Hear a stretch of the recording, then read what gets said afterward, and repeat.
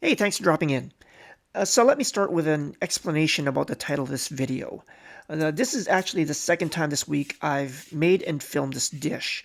The first time, a few days ago, ended in, well, disaster's the only word that can really describe it.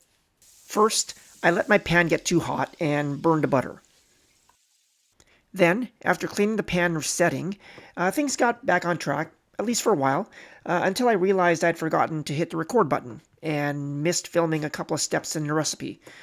At that point, I probably should have called it a day, but instead I soldiered on, and that's when my elbow hit the tripod while I was prepping at the counter, knocking the camera into the pan. Ah, fucking hell!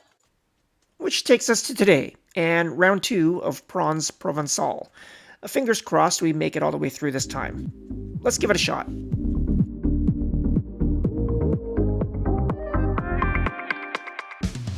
Alright, so as you can see, the dish starts with a bit of garlic. Provencal is a fairly broad category, I guess, of cooking, but one thing all the variations have in common is garlic. This is 2 cloves chopped up somewhat fine. I've also got 1 shallot already chopped. Also some brandy. You can switch this for cognac or even a dry white wine if you prefer. And a handful of cherry tomatoes. Then some fresh Italian parsley and half a lemon. And of course the prawns. These have already been peeled and deveined. To start, I'm going to dry brine the prawns. That means I'm going to hit them with a seasoning of salt, as well as the tiniest pinch of baking soda. What the baking soda is going to do is keep the prawns plump and snappy, and snappy prawns are always better than saggy ones.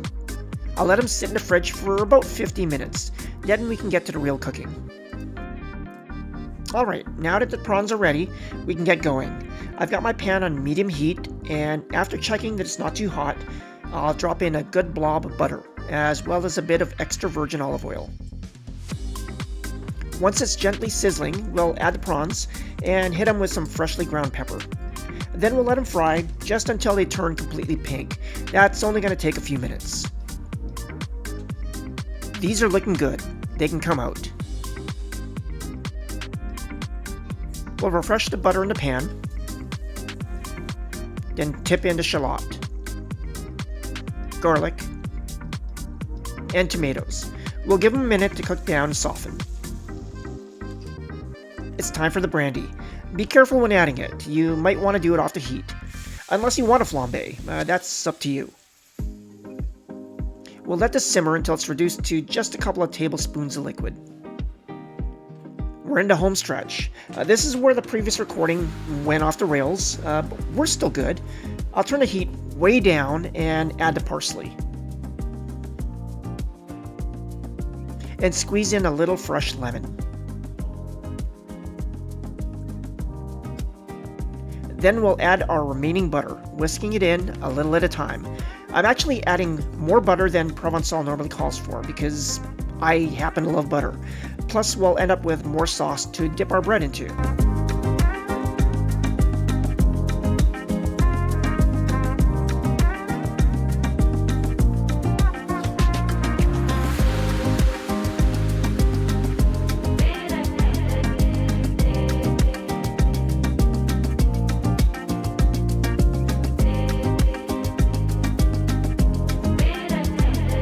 That's looking very good. Time to give it a taste.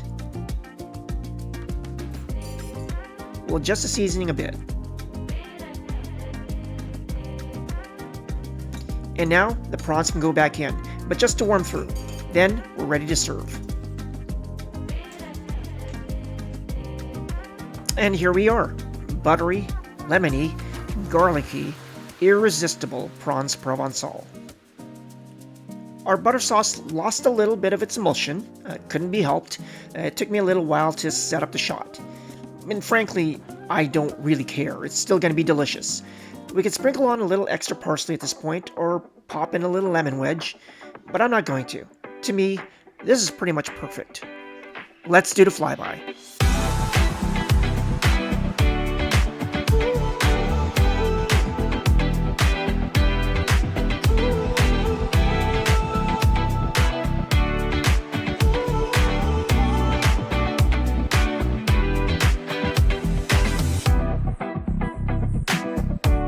Thanks for watching.